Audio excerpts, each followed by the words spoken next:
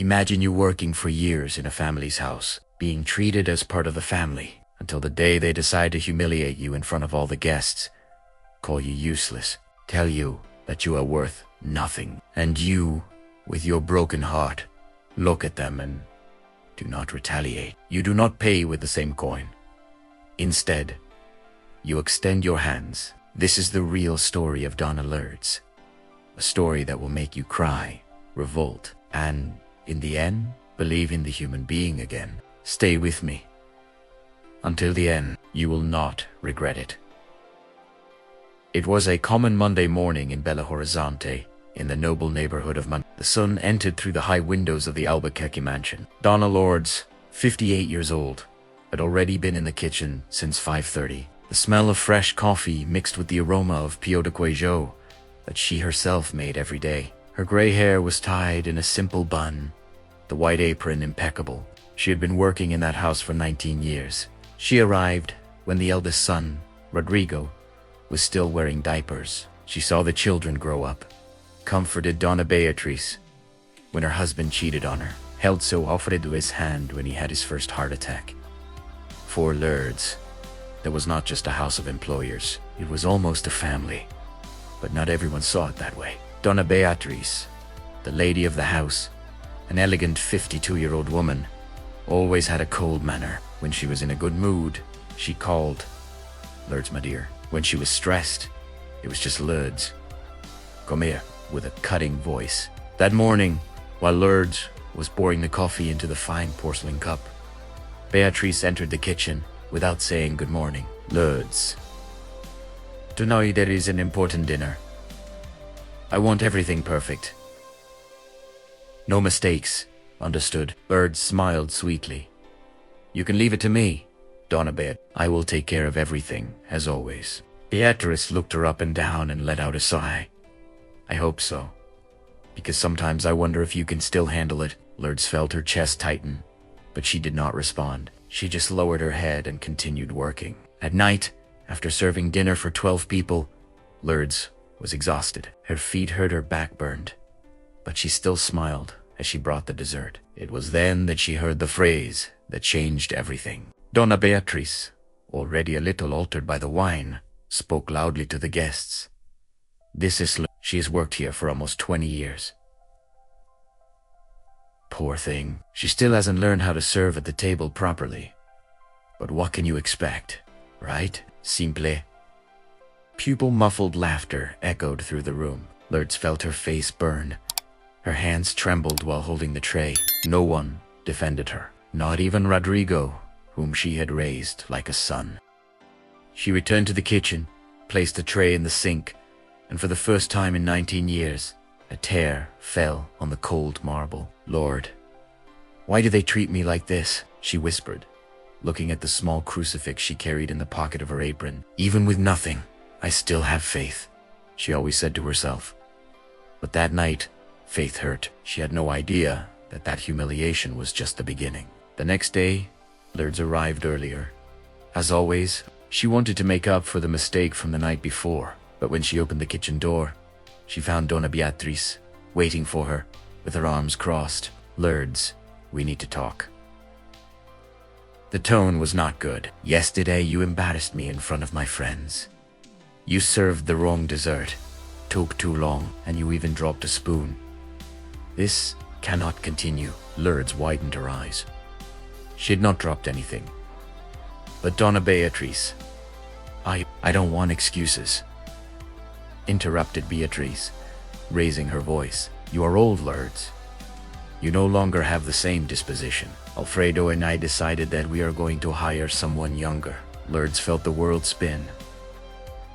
Are you firing me? It's nothing personal, said Beatriz coldly. It's just business. You will receive what you are entitled to, and that's it. Rodrigo, who was entering the kitchen at that moment, heard everything and did not say a word. He just looked at the floor. Lurdes felt a pain so great that it seemed like someone had put a hand inside her chest and squeezed her heart. She had 19 years. Birthdays, graduations, illnesses, joys and sorrows of that family. Everything thrown away with a cold sentence. She took off the apron slowly, folded it carefully, and placed it on the table.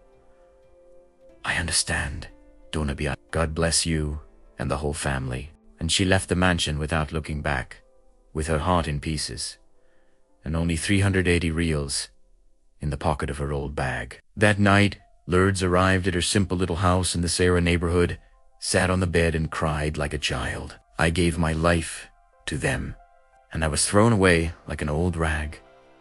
But even there, between sobs, she repeated softly, "I will not pay with the same hatred. I will not." What she did not know was that the worst part was still to come. 3 months passed. Lourdes could not find another job. Advanced age, they said. Lack of recent experience, others said. The money ran out. The electricity was cut off. Then the water, the food became just rice with egg. Her 2 children lived far away and could barely support themselves. She did not want to ask for help. One night, it was raining heavily. Lourdes was lying in bed, shivering with cold, when there was a knock on the door. It was the owner of the rented house. "Dona Lurdes, if you don't pay the 3 months overdue by Friday, I will have to evict you." She was left speechless. That same week, she discovered a lump in her breast. The health center took 40 days to schedule the mammogram. When the result came out, suspicion of cancer, Lourdes fell to her knees on the floor of the dark room and shouted to God, "Lord, how long? What more do you want from me?" She thought of many ugly things, about going back to the Albuquerque house and throwing in their faces everything she felt, about cursing Bia, about wishing them harm. But every time the hatred rose, she remembered the phrase her mother used to say, "Daughter, the world already has too many people returning evil with evil. Be the difference." And Lourdes always chose every day not to pay with the same coin. But the pain was unbearable. It was exactly when she hit rock bottom that something unexpected happened. One afternoon, Lourdes was sitting on the sidewalk of the church, asking for some food, when a 70-year-old lady stopped in front of her. "Are you the Lourdes who worked at the Albuquerque house?" Lourdes looked up, startled. The lady smiled with affection. "My name is Dona Mercedes. I am Beatrice's aunt. I saw everything that happened at that dinner, and I never forgot your look." Dona Mercedes sat down next to her on the sidewalk, not caring about the dirt. "I did not agree with what my niece did, but I also did nothing at the time. That weighs on me to this day." She held Lourdes' calloused hands. "I have a small house in the back of my house. It's not much, but it has light, water, and a stove. You can stay there while you recover, and I will help you with the health treatment." Lourdes started to cry. "Why are you doing this?" Mercedes smiled. "Because someone once extended a hand to me when I needed it most. Now it is my turn to extend it to you." For the first time in months, Lourdes felt a thread of hope. But what no one expected was that that simple help would trigger a turnaround that no one imagined. 6 months later, Lourdes had undergone the surgery. The cancer was discovered early. Thanks to Mercedes' help, she was recovering well. One day, Mercedes arrived home. "Agitated Lourdes, you know how to cook well, don't you?" "Since I was 12 years old, my daughter." "Then come with me." Mercedes took Lourdes to a small hall she rented in the city center. There was a small industrial kitchen. I decided to open a social project, a community kitchen to teach women in vulnerable situations how to cook and undertake. "I want you to be the main teacher." Lourdes was left speechless. "Me, but I am just a maid." "No," said Mercedes firmly. "You are a woman who has 40 years of experience in the kitchen, who knows how to turn little into a lot, who has patience and love. That is worth more than any diploma." And so it began. Lourdes, named it, cozinhau, da esperança, kitchen of hope. The first students were women like her, single mothers, unemployed, victims of violence. She taught not only recipes, but dignity. She taught that even with calloused hands, one can still create something beautiful. What Lurdes did not know was that one of her students would bring the past back in a surprising way. 1.5 years after the day she was humiliated, the Casina da Esperanza was already known in Belo Horizonte. It was featured in the newspaper. Orders were growing. Lurdes now had a small income and was helping 27 other women. One day, a new student arrived. She was young, beautiful, but with a sad look. Her name was Julia. When she saw Lurdes, Julia froze. "Ma'am, are you the Lurdes who worked at my mother's house?" Lurdes felt a chill down her spine. Julia was the youngest daughter of the Albuquerque family, the one who was only 17 years old when Lurdes left. "It's me, my daughter." Julia started crying right there, in front of everyone. "I never forgot what my mother did to you. I was 17 years old, but I saw what my mother did to you, but I couldn't do anything. I saw you crying in the kitchen. I wanted to speak, but I was afraid." Julia held Lurdes' hands.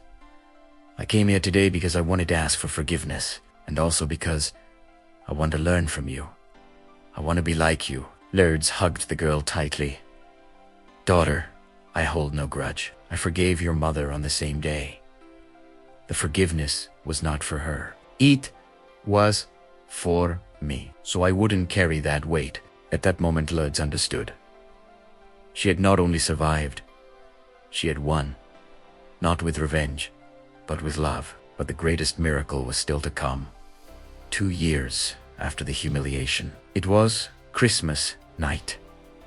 The Cozinha da Esperança held a community dinner for more than 200 people. Lurdes looked beautiful, wearing a simple blue dress that Mercedes had given her. Suddenly, the door opened. Dona Beatriz entered, accompanied by Alfredo and Rodrigo. They were older, more tired. Their company had faced serious financial problems. Beatriz stopped in front of Lurdes, eyes watery. "Lurdes, I have no words. I treated you like trash. I humiliated you. I threw you away. And you created all this." She looked around, at the happy women, at the tables full of food made with love. "I came here today not to ask you to work for me again. I came to ask for forgiveness. And if you allow Primera Wainti to help, I want to be a volunteer here. I want to learn from you." Lurdes looked at Beatriz for long seconds. Then she did what no one expected. She extended her hands and hugged the woman who once destroyed her. "I truly forgive you, Dona Beatriz. Not because you deserve it, but because I deserve to live in peace." The entire hall applauded. Many cried. Rodrigo also approached, knelt down and kissed Lurdes' hand. "You were more of a mother to me than my own mother. Forgive me for staying silent." Lourdes smiled, tears streaming down. "You all are part of my story. Today I choose to write the ending with love." Dona Lurdes did not turn her life around by destroying those who humiliated her. She turned her life around by extending her hands. She proved that the greatest revenge is not paying with the same evil. It is living so well that evil no longer has space inside you. Forgiveness does not erase the pain, but it frees you from the prison that hatred builds. If someone humiliated you, betrayed you, threw you away, remember, Lurdes, you do not need to take revenge. You just need to keep being light, because in the end, light always wins. Did this story touch you? Comment below. Have you ever had to forgive someone who hurt you a lot? If yes, write "I forgave" in the comments. If this message reached your heart, share it with someone who needs to hear it today. And subscribe to the channel, but only if you believe that good still wins.